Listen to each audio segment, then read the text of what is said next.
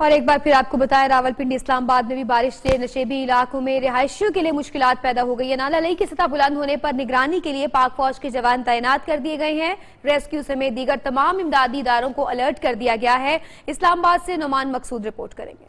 جڑواں شہروں میں موسلادھار بارش، نالہ لئی راولپنڈی میں پانی کی سطح بلند، پاک فوج سمیت دیگر امدادی اداروں کو الرٹ کر دیا گیا. گزشتہ رات سے جاری بارش سے نالہ لئی میں گوال منڈی اور کٹاریاں کے مقام پر پانی کی سطح بلند ہوئی تو نگرانی کے لیے 111 بریگیڈ کے جوان تعینات کر دیے گئے. نشیبی علاقوں میں بھی پاک فوج کے جوان کی جانب سے نگرانی شروع کر دی گئی. بارش کے باعث نشیبی علاقوں میں رہنے والوں کو مشکلات کا سامنا کرنا پڑا. راولپنڈی شہر کی مرکزی شاہراہوں پر بھی پانی کھڑا ہو گیا. پانی نکالنے کے لیے واسا کی مشینری مختلف مقامات پر لگا دی گئی. محکمہ موسمیات کے مطابق بارشوں کا یہ سلسلہ آئندہ چند روز تک جاری رہے گا. NDMA کی جانب سے تمام صوبائی حکومتوں کو بھی خصوصی الرٹ جاری کرتے ہوئے ہنگامی صورتحال نافذ کرنے کی ہدایت کی گئی ہے. کیمرامین سعید قریشی کے ساتھ نعمان مقصود، نیو نیوز اسلام آباد. جبکہ لاہور میں پھر گرج چمک کے ساتھ بارش شروع ہو گئی ہے. موسم خوشگوار ہو گیا ہے. بارش کے باعث کئی روز سے جاری ہبس بھی ختم ہو گیا ہے. اور اس وقت موسم کی تازہ ترین صورتحال کیا ہے، نمائندہ نیو نیوز اسبا عبداللہ ہمیں بتائیں گی. جی اسبا. موسم کافی خوشگوار نظر آ رہا ہے اور صبح سے چھائے ہوئے بادلوں نے اپنا رنگ جما دیا اور بہت تیز موسلا دھار بارش شروع ہو چکی ہے. کل سے شروع ہونے والا بارشوں کا یہ سلسلہ وقفے سے جاری ہے اور گرمی کا زور جو ہے وہ کافی حد تک ٹوٹ چکا ہے. پچھلے کچھ دنوں میں کافی گرمی رہی ہے لیکن اب یہ گرمی کا زور ٹوٹا ہے اور بارشوں کا مونسون کا جو ایک نیا سلسلہ ہے وہ داخل ہو چکا ہے. اور بارشوں کا یہ سلسلہ محکمہ موسمیات کے مطابق آئندہ چند روز تک بھی جاری رہے گا اور لاہوری اس موسم کو آئندہ چند دنوں میں بھی انجوائے کر سکتے ہیں. بہت شکریہ اسبا، آپ نے ہمیں موسم کی صورتحال کے حوالے سے آگاہ کیا. 7 سال میں بھاشا ڈیم نہ بنا تو تربیلا بھی ختم. نیلم جہلم پروجیکٹ فالٹ لائن پر ہے. زلزلے میں تباہ ہونے کا خدشہ ہے. ہر سال 25 ارب کا پانی ضائع ہو رہا ہے. وابڈا کے قرضے کی مد میں صارفین ہر سال 40 ارب سود ادا کرتے ہیں. چیئرمین وابڈا نے پبلک اکاؤنٹس کمیٹی کے اجلاس میں سنسنی خیز انکشافات کر دیے.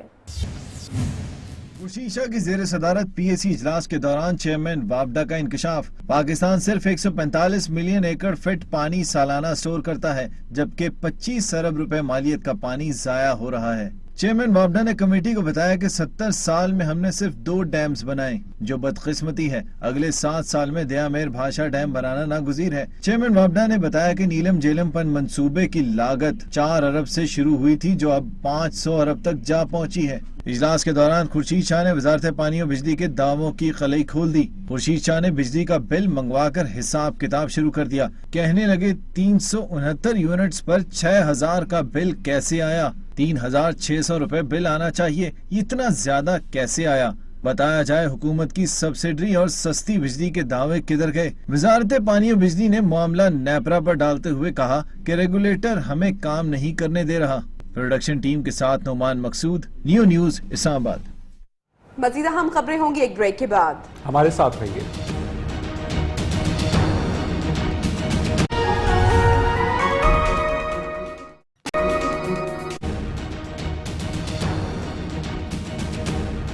Welcome back. آپ کو بتائیں کہ مسلم لیگ کاف نے بھی وزیر اعظم نواز شریف سے استعفے کا مطالبہ کر دیا ہے. مسلم لیگ کاف کے سربراہ چودھری شجاعت حسین نے امیر جماعت اسلامی سراج الحق سے ٹیلی فونک رابطہ کیا اور قومی اور سیاسی امور پر تبادلہ خیال کیا. ان کا کہنا تھا کہ نواز شریف کے پاس استعفے کے علاوہ کوئی راستہ نہیں ہے. ثانی ہے ماڈل ٹاؤن پر جسٹس باقر نجفی کی رپورٹ فوری طور پر پبلک کی جائے. اس حوالے سے بات کریں گے deputy bureau chief Lahore Ayaz Shuja ہمارے ساتھ موجود ہیں. ایاز بتائے گا ہر جانب سے وزیر اعظم یا نواز شریف کے استعفے کی گونج ہے. جی بالکل نبیہا، JIT کی رپورٹ کے ساتھ ہی ملک میں نئی سیاسی صف بندی ہو رہی ہے. آج چودھری شجاعت کی زیر صدارت 4 جماعتی اتحاد کا اجلاس ہوا جس میں پاکستان عوامی تحریک خرم نواز گنڈا پور نے شرکت کی، جبکہ ٹیلی فون لائن پر سنی اتحاد کونسل کے ساتھ زادہ حامد رضا اور مجلس وحدت المسلمین کے راجہ ناصر عباس میں شریک تھے. اجلاس میں یہ طے پایا کہ وزیر اعظم فوری طور پر استعفیٰ دیں. وہ نہ صادق رہے ہیں نہ امین رہے ہیں بلکہ عوام سے جھوٹ بولنے اور دھوکہ دہی کے مرتکب ہوئے ہیں. جبکہ اس موقع پر یہ بھی مطالبہ کیا گیا کہ سانحہ ماڈل ٹاؤن میں جن 14 بے گناہوں کو شہید کیا گیا اس سے متعلق جسٹس باقر نجفی کی رپورٹ بھی فوری طور پر پبلک کی جائے. چودھری شجاعت حسین نے اس موقع پر سراج الحق سے بھی رابطہ کیا اور امیر جماعت اسلامی کو بھی قائل کیا کہ نواز شریف کے اوپر دباؤ بڑھایا جائے تاکہ وہ استعفیٰ دے اور اس سے ملک و قوم کی جتنی اب تک بدنامی ہو چکی ہے, عوام میں جو سیاستدانوں کا امیج خراب ہو رہا ہے اس سے بچایا جا سکے. چودھری شجاعت حسین اور پاکستان عوامی تحریک کے رابطہ ہوا ہے. وزیر اعظم نواز شریف سے استعفے کا مطالبہ بھی کیا گیا ہے. بہت شکریہ deputy bureau chief Lahore Ayaz Shuja, آپ نے ہمیں اپڈیٹ کیا. ایک مرتبہ پھر آپ کو لے چلیں گے ملتان, جہاں سینئر سیاسی رہنما جاوید ہاشمی میڈیا سے بات کر رہے ہیں. میرا جہاں گھر بھی نہیں تھا ابھی وہ اور میرے گھر کو تاج محل سے بڑا محل بنا کے دکھا دیا. اب میں کیا کر سکتا تھا؟ جی آئی ٹی تھی جو پہلے کہہ چکی تھی کہ آپ کے خلاف کچھ نہیں ہے. تو جسٹس عظمت شیخ صاحب جانتے ہیں جے آئی ٹی کیا ہوتی ہے, ان کے سامنے سے گزرا ہوا ہے, باقیوں کے سامنے سے گزرا ہوا ہے. میں نہیں کہتا کہ نواز شریف جو ہے اس کا احتساب نہیں ہونا چاہیے. میں تو پہلا آدمی ہوں جو کہتا ہے کہ سب کو ہونا چاہیے, لیکن کسی جج کے اوپر کوئی بات جا کے کر سکتا ہے. وہاں بھی سپیریئر کاؤنسل ہے, جوڈیشل سپیریئر کاؤنسل ہے. آج تک کوئی لے کے گیا, جو لے کے بھی گیا ہے تو ختم ہو گیا ہے. کسی جج کو سزا ہوئی ہے وہاں سے, وہ مفت کی سپیریئر جوڈیشل کاؤنسل اس کی حیثیت کیا ہے؟ وہ ایکٹیو کیوں نہیں ہوتی؟ ججوں کو کیوں نہیں پکڑتی؟ کوئی پوچھتا نہیں ہے ان سے.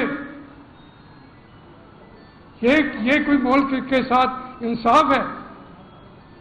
جسٹس قیوم سب کا وکیل تھا, نون والوں کے بھی اس نے ووٹ لیے, ان کو بھی کہا, پیپلز پارٹی نے بھی اسی کو وکیل کیا, اسی کو جو عہدے دیے. کوئی کسی جتنا بھی کوئی فراڈ کر لے, کوئی کسی جج کو چھوڑے, نچلے یہاں پہ سول جج تک کوئی کچھ کہہ نہیں سکتا. کوئی جرنیل جو ہے وہ 3 دفعہ انہوں نے 4 دفعہ آئین کو اپنے گھوڑے کی ٹاپوں کے اندر کچل ڈالا. کسی نے پوچھا ان سے؟ کوئی پوچھ سکتا ہے ان سے؟ میں یہ باتیں آپ سے کر رہا ہوں کیونکہ مجھے اس سے زیادہ جو جج ابھی بیٹھے ہوئے ہیں انہوں نے میرے ہاتھ چومے آنکھوں کو لگایا ہے.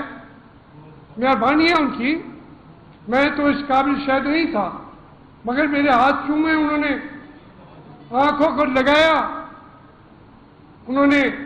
جنرلوں نے, جنرل وائن صاحب تھے چیف آف سٹاف, وائن صاحب تھے, کیانی صاحب تھے, ایئر چیف تھے, ایڈمرل صاحب تھے, سب نے کھڑے ہو کے مجھے سلوٹ کیا. Salute why? میں تو ایک ایسا آدمی ہوں جو کبھی وزیر بھی نہیں بننا چاہتا. کیوں کیا مجھے؟ تو میں ان کے بارے میں بات کر سکتا ہوں. میں جانتا ہوں ان کی ورث کیا ہے, سب کی ورث جانتا ہوں. اس لیے میں عرض کر رہا ہوں کہ مجھے اس بات سے کوئی غرض نہیں ہے. نواز شریف نے مجھے کیا مقام صدر بنایا, پھر سب سے زیادہ وہ مجھے اتنا تنگ ہو گیا, اس کے 3 کابینہ کے اندر وزیر بیٹھے ہیں, انہوں نے مجھے فزیکلی اسالٹ کیا میرے اوپر. میاں نواز شریف نے آتے ہی ان تینوں کو وزیر بنایا. تو نواز شریف صاحب کون سی میرے اوپر مہربانی, ان کی مہربانی یاد رکھوں.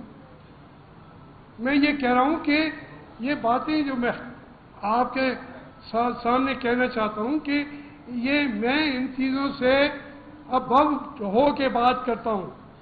عمران خان نے اگر یہ 2 باتیں پبلکلی کہہ دیں, چلو 4 بندوں کو تو پتہ چلے گا کہ ہمارا لیڈر جھوٹ بول رہا ہے, اگر میری تردید کر دے مجھے خوشی ہوگی. نہیں کرے گا. کیوں کرے گا؟ میں کہہ رہا ہوں وہ کیوں کرے گا؟ تو یہ اس وقت دھاندلی کا ایشو تھا. عمران خان نے تو کوئی ایشو اٹھانا ہوتا تھا نا اس وقت. یہ اب تو آ گیا پاناما. وہ تھا دھاندلی دھاندلی دھاندلی. 3 مہینے کے اندر حکومت کو گرا دو, پارلیمنٹ اڑا دو. تو میں نے کہا عمران خان یہ تم نہیں کر سکتے. اب نواز شریف کو 3 سال مل گئے. میں نے نہیں لے کے دیے, چلو انہوں نے کسی اور نے لے کے دیے ہوں گے. لیکن جو میں کہتا تھا وہی آج آپ کا پریس لکھ رہا ہے, آپ کا روح کلاسدار لکھ رہا ہے. کیسے رحیل شریف کی بات عمران خان کو مان لینی چاہیے تھی. تو پھر شرم کرے. میں بھی تو یہی کہتا ہوں. مجھ کو گالیاں دیتے ہو, میرے خلاف جھوٹ بولتے ہو, بڑے آپ انویسٹیگیشن کرنے کے آپ ماہر ہیں. میرے اوپر لگاؤ, کوئی الزام تو لگاؤ. کوئی میدان بینک کا بھی لے کے آؤ یار, کچھ تو نہ کرو. پھر جب میں کہتا ہوں کہ مجھے عدالت بلائے تو کیوں نہیں بلاتی؟ میں تو جا کے سچی سچی باتیں کروں گا, اس کے بعد مجھے سزا دے کہ جیل میں ڈال دو, ساری زندگی پڑا رہوں گا, کوئی پرواہ نہیں. لیکن سچ تو میں کہوں گا نا, کہنا چاہیے مجھے, وہ کہوں گا میں. یہ ایک بالکل پورا فساد, پوری سازش بنا لی ہے. اور یہ ہر 10 سال کے بعد 10 سال وہ بیچارے ان کو نمبردار. ایک دم پرویز مشرف نے کہا آدھا مربع اور زمین چاہیے تو مجھے نمبردار بنا دو. وہاں 10 سال ان کی خوش آمدید کرتے رہتے ہیں. نواز شریف, زرداری, بے نظیر, تمغہ جمہوریت, اسمبلی کو کسی کو کوئی منت, کسی کو کوئی کر کرا کے ہمارے جرنیل, ہمیں دنیا بھر میں جیسا جرنیل کہا ہوگا. ان کے کچن میں جا کے ان کے برتن دھوئے بے نظیر نے, خوش ہو جاتے. چائے بنائی, کافی بنائی جنرلوں کے لیے. یہ ہمارے ملک کا حال. تو پھر خوش ہوتے ہیں, 10 سال پلاٹ لیتے رہتے ہیں, مربع لیتے رہتے ہیں. 10 سال کے بعد کہتے ہیں اب ہم خود آ گئے. یہ ٹھیک چلا نہیں سکتے. انہوں نے گڑبڑ کر دی ہے. یہ کرپٹ ہیں, یہ چور ہیں, انہوں نے لوٹ لیا ہے. اب ملک کو ہم خود ماں بدولت خود چلائیں گے, ڈگا ڈگ. عزیز احمد السلام علیکم. یہ اس ملک کا مقدر ہے.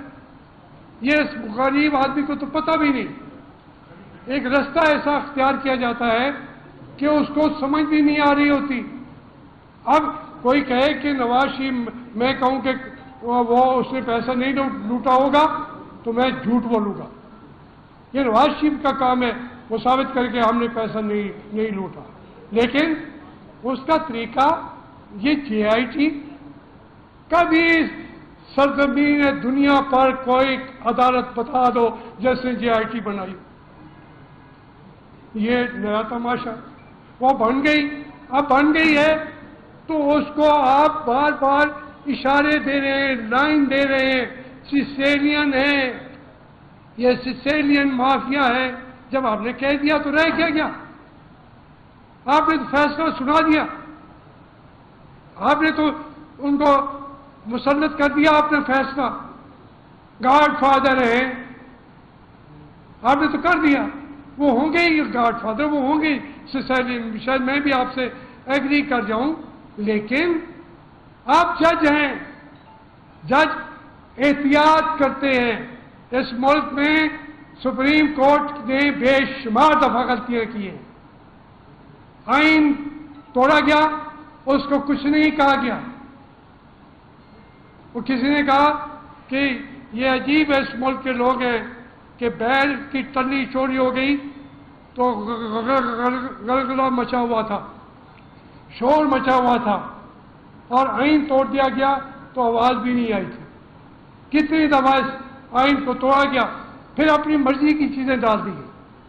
اب اندازہ کریں, مرضی کی چیزیں ڈال دی گئی آئین کے اندر کہ